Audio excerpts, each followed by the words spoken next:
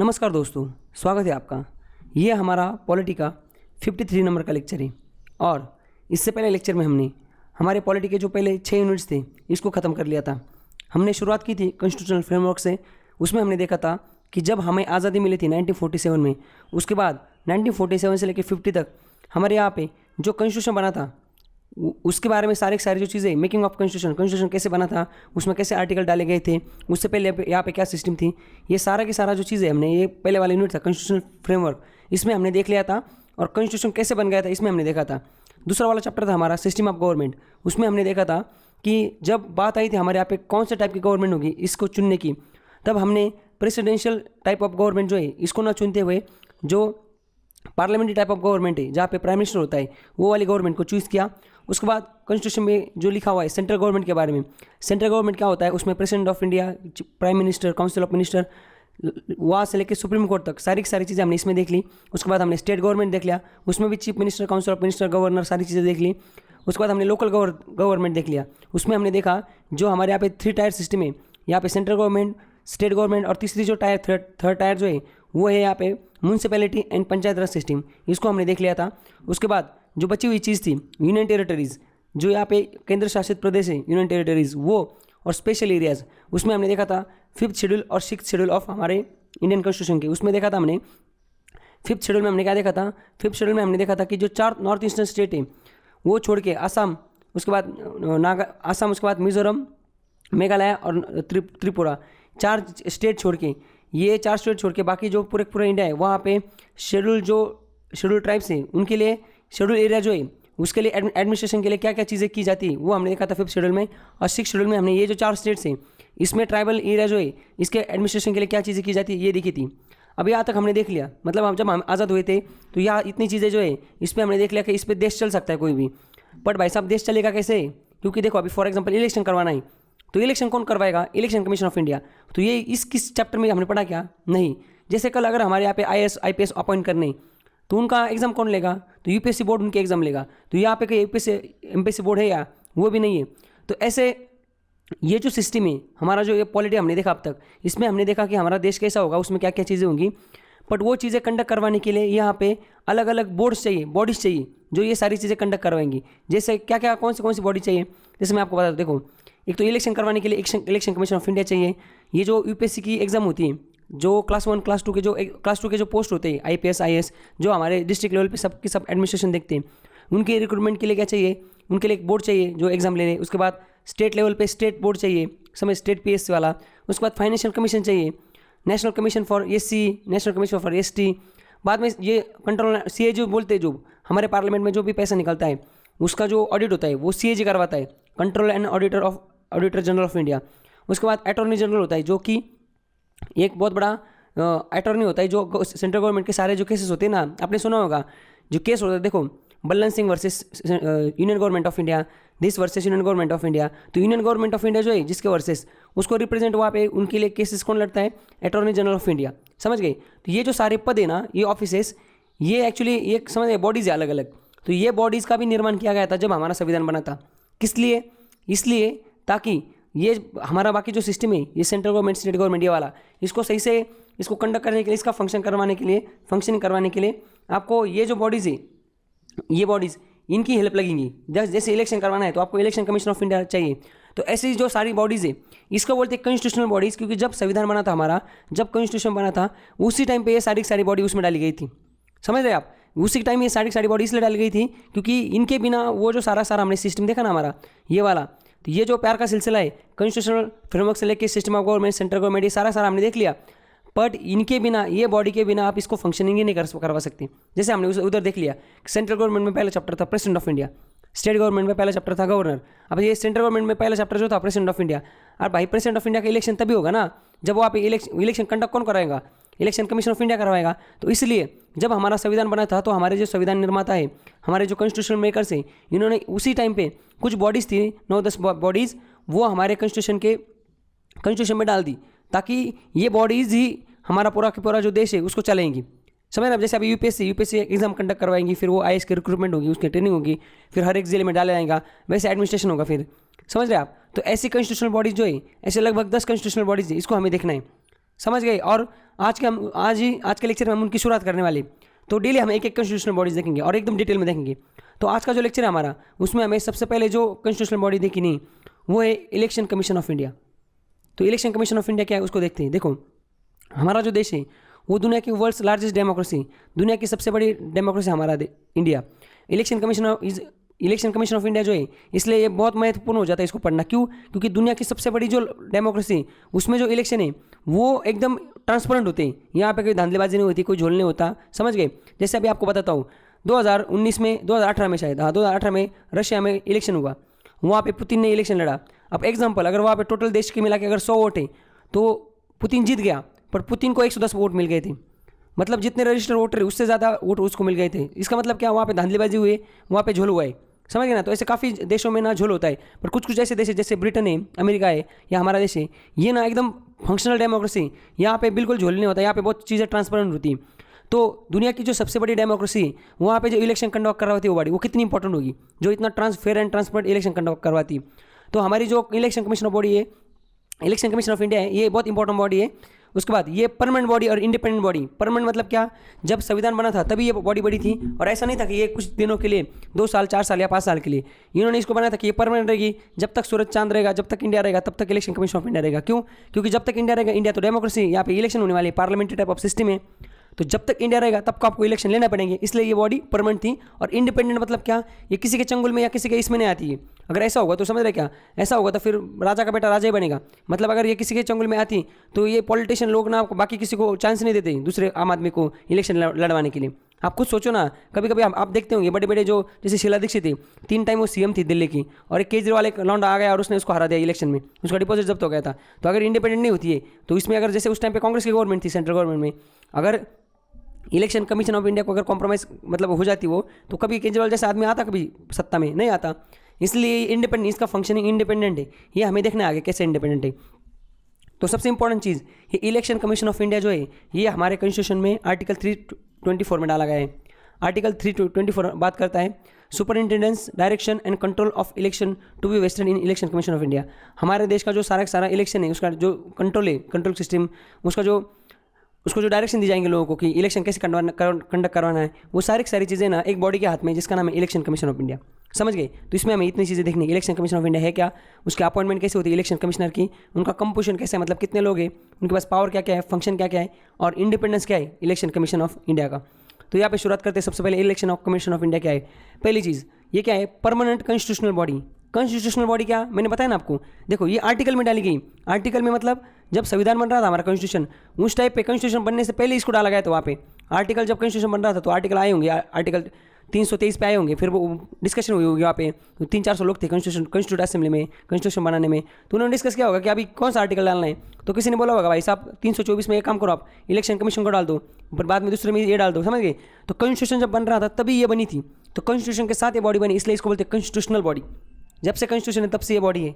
बाद में कुछ बॉडी ऐसे वो बाद में डाली गई थी टाइम के हिसाब से। तो ये परमानेंट है, जैसे मैंने बताया परमानेंट क्यों, क्योंकि हमारी जो डेमोक्रेसी वो है पार्लियामेंट्री टाइप ऑफ डेमोक्रेसी, मतलब हमारे यहाँ पे इलेक्शन होता है, हमारे यहाँ एटोक्रेसी नहीं। तो हर बार इलेक्शन होगी तो इलेक्शन कमीशन ऑफ इंडिया चाहिए वहाँ पे, तो इसलिए हमारी जो बॉडी ये परमानेंट थी। और एक कॉन्स्टिट्यूशनल बॉडी आर्टिकल 324 के अंदर एक सारा आता है, कॉन्स्टिट्यूशन में इस बॉडी को इस्टेब्लिश किया गया था। ये जो इलेक्शन कमीशन ऑफ इंडिया है ये एस्टेब्लिश कब की थी, 25 जनवरी 1950 को। 25 जनवरी 1950 को इलेक्शन कमीशन ऑफ इंडिया जो है इसको एस्टेब्लिशमेंट इसकी की गई थी। और पहला इलेक्शन जब हुआ था हमारे देश में, आज़ाद इंडिया का जो पहला इलेक्शन है वो 1951 में हुआ था। 1951 में अगर पहले इलेक्शन हुआ था तो फिर 1950 में क्या था, यहाँ पे कौन था, फिर प्राइम मिनिस्टर कैसे चुना गया था।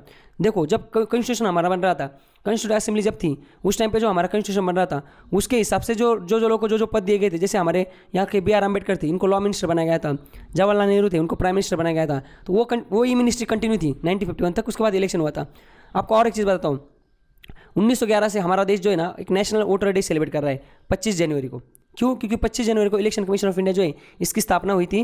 तो 25 जनवरी को हर साल हमारे देश में 1911 से लेके नेशनल वोटर डे को सेलिब्रेट किया जाता है। देखो ये जो इलेक्शन कमीशन ऑफ इंडिया है वो सुपरवाइज करता है, supervise the conduct of election of parliament के इलेक्शन, लेजिस्लेचर के election of every state and election to the office of president and vice president. जैसे कि अभी महाराष्ट्र है, महाराष्ट्र में अगर जैसे ये फडणवीस है, उद्धव ठाकरे, इनका जो इलेक्शन हुआ था, तो स्टेट लेजिस्लेचर का जो इलेक्शन है वो, उसके बाद पार्लियामेंट है हमारे, ये जो मेंबर ऑफ पार्लियामेंट से खासदार सांसद, इनका इलेक्शन, और उसके बाद प्रेसिडेंट जो है हमारे, प्रेसिडेंट ऑफ इंडिया और वाइस प्रेसिडेंट, इनका इलेक्शन, ये इलेक्शन कंडक्ट करवाने की जो जिम्मेवारी ये president election commission of India है, इंडिया की। अब आपको क्वेश्चन आया होगा, फिर ये जो इलेक्शन होते हैं, सरपंच का इलेक्शन होता है या डिस्ट्रिक्ट पे पंचायत म्यूनसिपलिटीज़ के इलेक्शन होती है, ये कौन कराते हैं? देखो, ये काम इलेक्शन कमीशन ऑफ इंडिया का नहीं है, वो स्टेट इलेक्शन कमीशन जो है ना हर एक स्टेट में, उनका है वो, समझ गए। उसके बाद जो इलेक्शन कमीशन ऑफ इंडिया है, इसके अंदर ना एक मेन इलेक्शन कमिश्नर होता है, चीफ इलेक्शन कमिश्नर बोलते हैं उसको, और टू इलेक्शन कमिश्नर होते हैं, समझ गए। पहले क्या था, पहले एक ही बंदा था, एक बंदे के पास ही पावर थी, पर 90 के दौर में क्या हो गया था, 90 के दौर में ना एक ही बंदे पे बहुत लोड आता था, इसलिए उन्होंने और 2 लोग को ऐड कर दिया था, और इस तरीके से इन्होंने 2 इलेक्शन कमिश्नर को वहाँ पे डाल दिया था। फिलहाल अब जब मैंने स्लाइड बनाई थी 2-3 महीने पहले, तब इलेक्शन कमीशन ऑफ इंडिया जो है हमारे, तो मेन जो चीफ इलेक्शन कमिश्नर उनका नाम सुनील अरोरा है, और 2 जो इलेक्शन कमिश्नर से, एक का नाम है अशोक लवासा और दूसरे का नाम है सुनील चंद्रा। अब इसको देख सकते हो कोई चेंज तो हुआ कि नहीं, अभी फिलहाल तो चेंज नहीं हुआ होगा, यही है। उसके बाद इलेक्शन कमीशन ऑफ इंडिया के बारे में और चीज़ें देखते हैं। परमानेंट और इंडिपेंडेंट बॉडी है जिनका काम है ensure the free and fair election in country, देश में सही से इलेक्शन हो रहा है कि नहीं, सारी चीज़ों का काम करना है। Direction control election of parliament, state legislature और प्रेसिडेंट और वाइस प्रेसिडेंट का इलेक्शन ये कंडक्ट करवाते हैं। इलेक्शन कमीशन ऑफ इंडिया जो है वो पंचायत और म्यूनसिपैलिटी के इलेक्शन ये करवाते नहीं, उसके लिए सेपरेट स्टेट इलेक्शन कमीशन होते हैं हर एक इसमें। फिलहाल के जो सुनील अरोरा जो हमारे चीफ इलेक्शन कमिश्नर है, ये 23rd नंबर के चीफ इलेक्शन कमिश्नर है, और अशोक लवासा और सुनील चंद्रा ये 2 इलेक्शन कमिश्नर से, ऐसे 3 मिला के 3 लोग हैं। यहाँ तक हमने chief election commission of India जो है इसके बारे में देख लिया। अब अपॉइंटमेंट देखते हैं, अपॉइंटमेंट कैसे की जाती है इलेक्शन कमिश्नर की। प्रेसिडेंट करते हैं अपॉइंट, क्वेश्चन आएगा आपको कि चीफ इलेक्शन कमिश्नर या इलेक्शन कमिश्नर्स होते 2, इनके अपॉइंटमेंट कौन करता है? तो प्रेसिडेंट ऑफ इंडिया इनका अपॉइंटमेंट करते हैं। इनका टेन्योर होता है 6 साल का और अप टू 65 ईयर, मतलब इनको ऐसा नहीं बोला जाता। देखो यहाँ इनका टेन्योर क्या होता है, जैसे कोई बंदा है वो इलेक्शन कमिश्नर बन गया 50 एज में, उसका टेन्योर होगा 6 साल का, मतलब 56 में वो रिटायर हो जाएगा। बट कोई बंदा है वो 60 साल का है और 60 साल में उसको इलेक्शन कमिश्नर बना दिया, अब उसका टेन्योर कितना साल का है? 6 साल का है, बट उधर एक चीज़ डाल दी, एज भी 65 होना चाहिए। तो भले इसका एज टेन्योर 60 साल का है, एक्चुअली 6 साल का है टेन्योर टोटल, बट ये इसकी एज कितनी है? 6 साल, 60 साल की ना। तो अगर ये इलेक्शन कमिश्नर बन गया और 65 तो मैं रिटायर होगा, तो 5 साल में ये रिटायर हो जाएगा।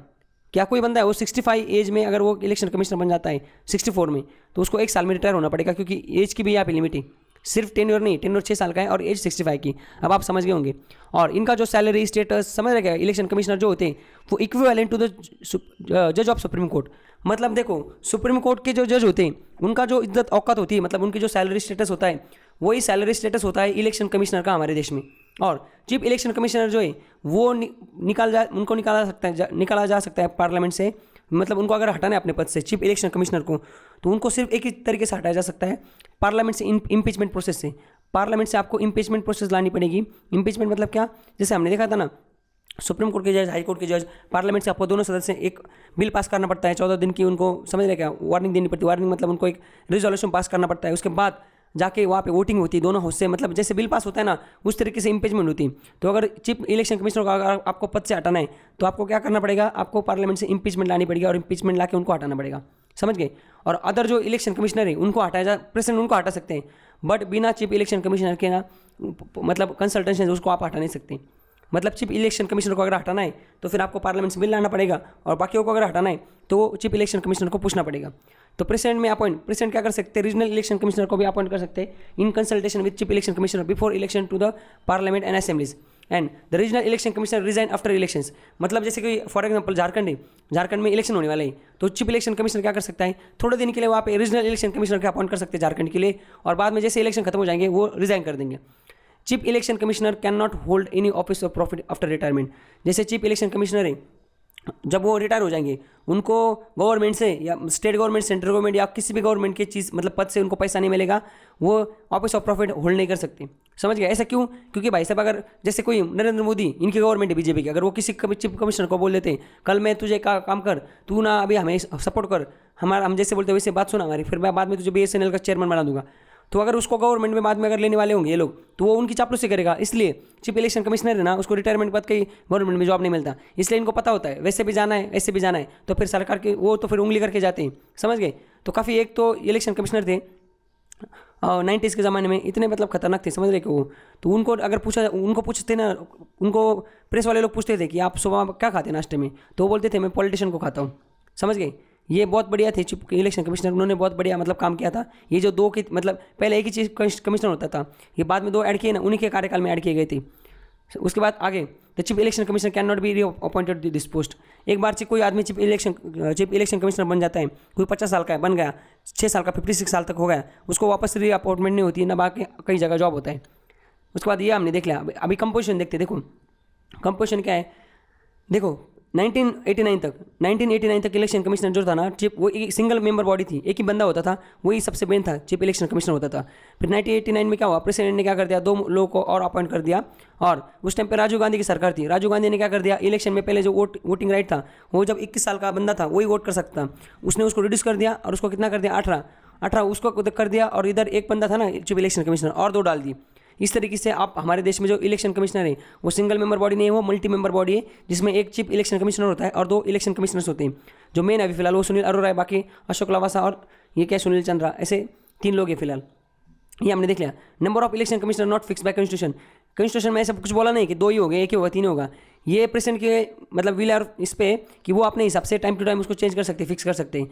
जो when any other election commissioner appointed chief election commissioner act as a chairman of election commissioner. जब कोई बंदा अपॉइंट होता है ना दूसरा इलेक्शन कमिश्नर, तो चीफ इलेक्शन कमिश्नर क्या होता है, उस इलेक्शन कमिश्नर का वो चेयरमैन होता है।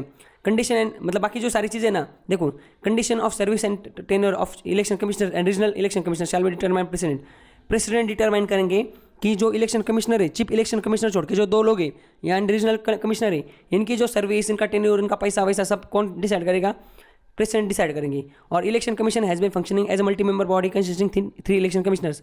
ये भी हमने देख लिया। आगे चलते, आगे क्या है यहाँ पे देखो, चीफ इलेक्शन कमिश्नर और बाकी 2 लोग हैं ना, जो डिसीजन जो भी होता है ना, देखो इनके पास देखो इक्वल पावर है।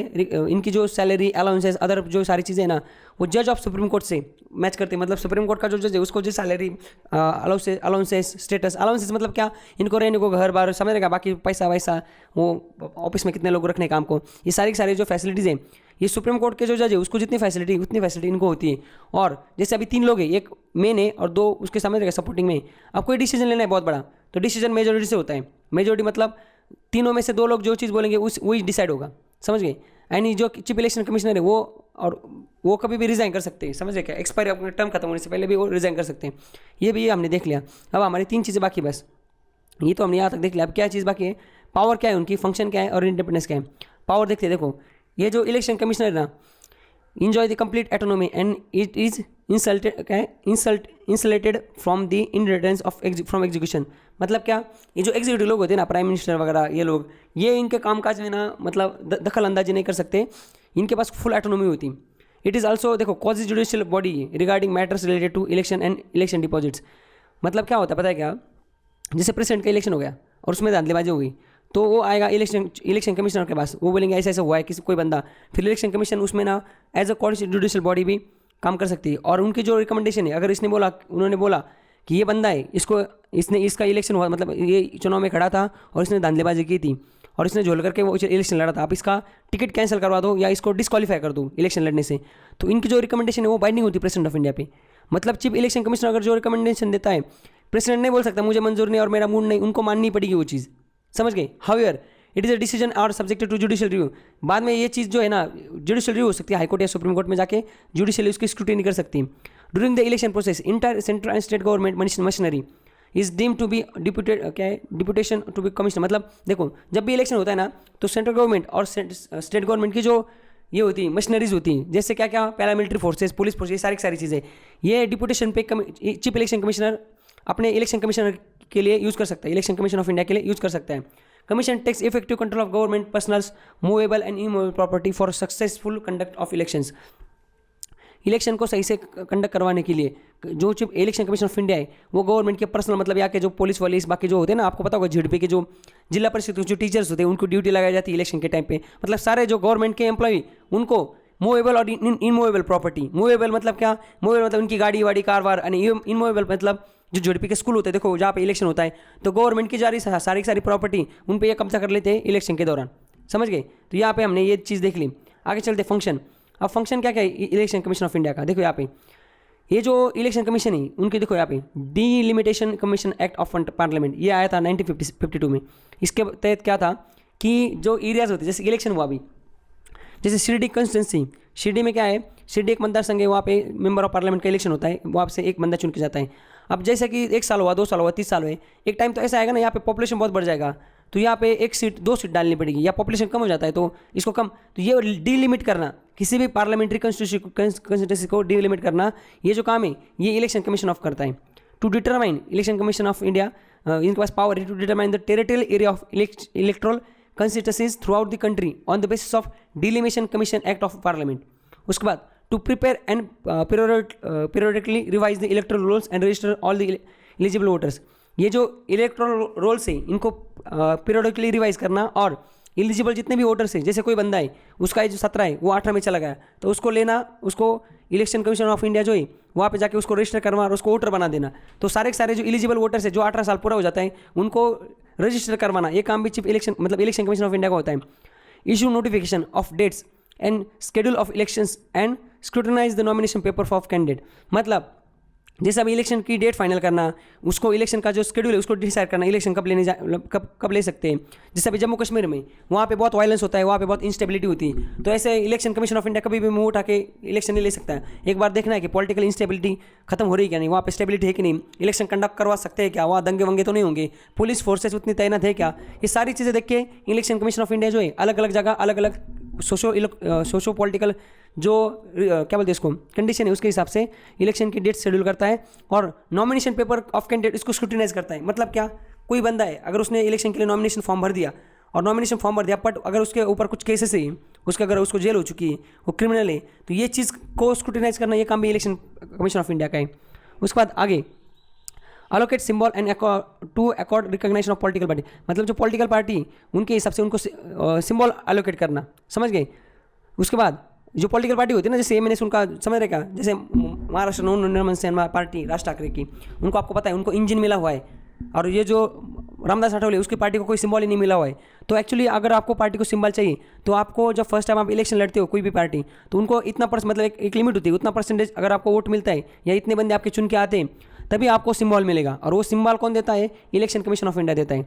उसके बाद to act as a court for settling dispute rating granting the recognition political parties and allotment of election symbols. अब मैं आपको एक चीज़ बताता हूँ, एग्जांपल ये बोल रहा है कि अगर कोई पॉलिटिकल पार्टी उसमें अगर सिंबल से रिलेटेड कोई पॉलिटिकल पार्टी को सिंबल मिल गया और बाद में उस पॉलिटिकल पार्टी में झगड़े हो गए, 2 गुट पड़ गए, तो फिर उसको वो जो सिंबल है वो किसको जाएगा।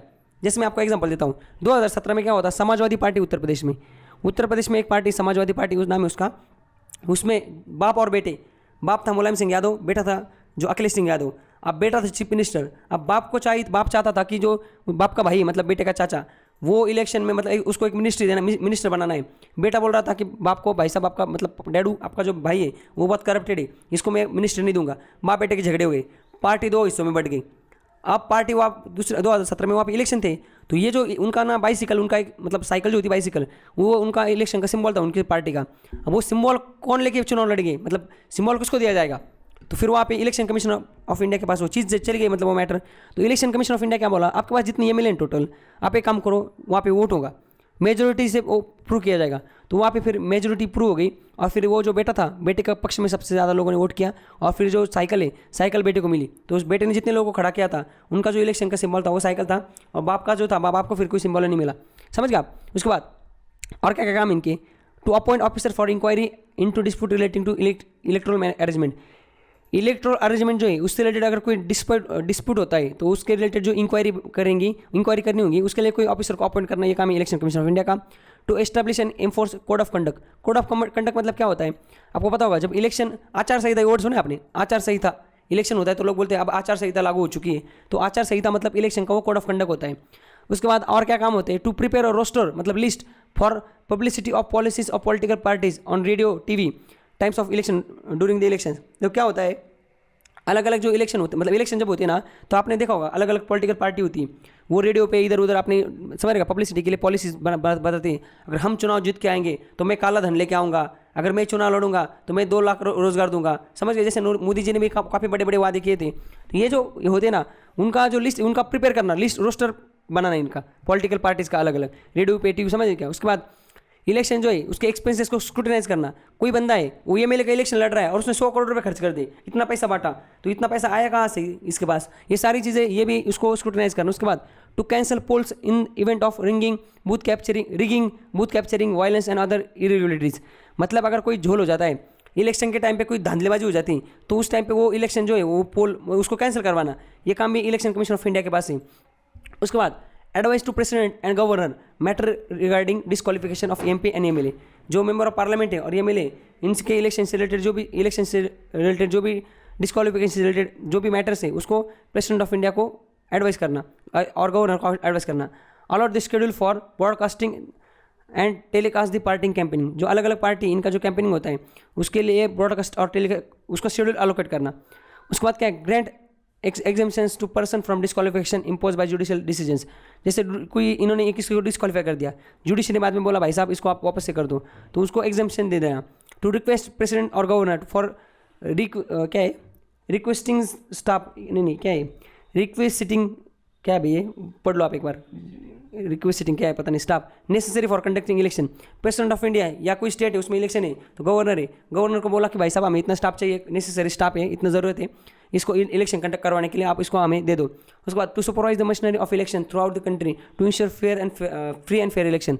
ये जो मशीनरी यूज़ कर रही है सारे के सारे लोग बंदे समझ रहे सारे के सारे, जैसे कि कोई स्कूल यूज़ कर रहे हैं इलेक्शन के लिए, तो इसको ना ये करना है, वो जो सुपरवाइज करना है, ऐसा ना हो जाए कि पुलिस के लोग मिले हुए किसी पॉलिटिकल पार्टी से समझ रहे वहाँ पे यूज हो रहा है। तो फ्री और फेयर इलेक्शन को इंश्योर करने के लिए सारे के सारे जो मशीनरी आप यूज़ कर रहे हैं उसको सुपरवाइज करना। To advice president whether election can be held in the state under president rule in order to extend period of emergency after 1 year। मतलब अगर कोई फॉर एग्जांपल अगर हमारा यहाँ पे जैसे कि 2019 में इलेक्शन होने वाला था या 2024 में इलेक्शन होने वाला है अभी हमारे लोकसभा का, और बाद में अगर कोई झोल हो जाता है 2024 में हमारे इंडिया पाकिस्तान वार छिड़ जाता है तो नेशनल इमरजेंसी लग जाएगी। अब हमने देखा था नेशनल इमरजेंसी वाले चैप्टर में, जब इमरजेंसी लगती है तो इलेक्शन 1 साल एक्सटेंड हो जाता है। तो अगर ऐसी चीज़ होगी तो प्रेसिडेंट ऑफ इंडिया को बताना, एडवाइस करना कि भाई साहब अभी ना यहाँ पे इमरजेंसी लग रही है तो हमें ना नेशनल इलेक्शन जो है उसको एक्सटेंड करना है, या कोई स्टेट है वो स्टेट में अगर प्रेसिडेंट रूल लगा हुआ है तो उसमें अभी इलेक्शन नहीं हो सकता, तो वो जो एक्सटेंड है उसको भी टाइम, मतलब जो आर्टिकल 365 हो स्टेट इमरजेंसी हो, 356 हो स्टेट इमरजेंसी हो या नेशनल इमरजेंसी हो, तो इलेक्शन अगर नहीं कंडक्ट करवानी तो प्रेसिडेंट को एडवाइस करना। उसके बाद to register political parties for purpose of election grant them status of national और state parties on the basis of their poll performances. आपने सुना होगा बीजेपी जो है वो national party, Congress national party, MNS जो है वो स्टेट पार्टी। तो ऐसा क्यों? क्योंकि जो पार्टीज होती है, अगर आपके इतने मेंबर ऑफ पार्लियामेंट चुन के आएंगे, आपके पार्टी के इतने एमएलए चुन के आएंगे इतने स्टेट में, तभी आपको उस टाइप का दर्जा दिया जाएगा नेशनल पार्टी और स्टेट पार्टी। तो ये काम भी किसका है? ये काम भी इलेक्शन कमीशन ऑफ इंडिया का है।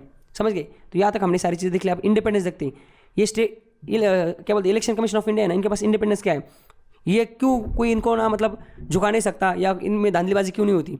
देखो इनके पास ना सिक्योरिटी ऑफ टेनर है, मतलब एक बार अगर इनको अपॉइंट किया जाता है 6 साल के लिए तो इनको अगर हटाना है तो आपको पार्लियामेंट से बिल लाना पड़ेगा, इसलिए इनको हटाना इतना आसान नहीं। और दूसरी चीज़ क्या है, he can not be removed from the office except the ground of, मतलब सुप्रीम कोर्ट के जज जो है जिनको पार्लियामेंट से हटाया जाता है, कैसे हटाया जाता है? दोनों सदन से बिल ला के 2/3 मेजोरिटी चाहिए।